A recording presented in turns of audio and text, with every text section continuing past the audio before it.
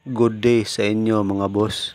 Ngayon po, ipapaalam ko po sa inyo kung bakit marami pa ring planters ng tubo ang nagtatanim ng itiit na variety.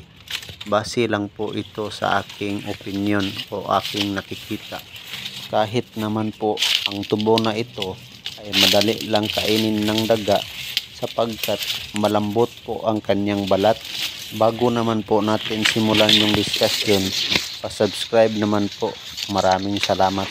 Para po sa akin, base po sa experience ng aking pagtatanim, dahil nagtatanim po ako ng ganitong variety, ito po ang nakikita kong dahilan.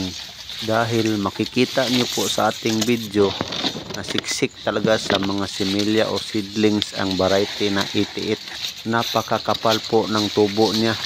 Pang second cropping pa lang ito.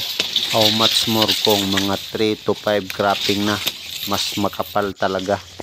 Ito naman po yung pangalawang dahilan na kahit sagasaan man yan ng truck, ang mga puno sa pag-harvest ay ganun pa rin yung lumalabas na mga seedlings. Hindi pa rin po nagbabago.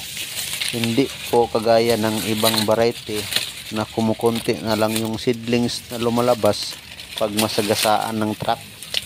Good luck katubo.